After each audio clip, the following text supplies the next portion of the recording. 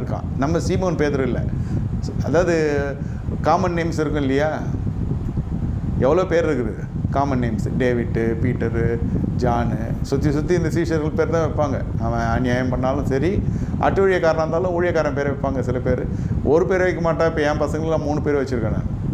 அந்த மாதிரி 3-4 பரிசுத்தம் அவன் பேர்லாம் வச்சு அவனை ஒரு மாதிரி பண்ணி, ஆனால் அவனை கூப்பிட்றப்ப எப்படி கூப்பிடுவாங்கன்னா வேறு ஒரு பேரில் கூப்பிடுவாங்க.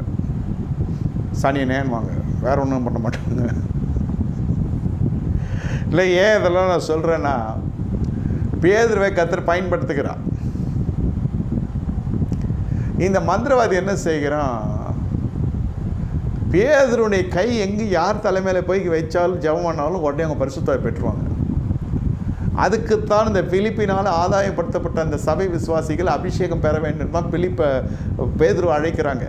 God is using Peter, Apostle Peter now.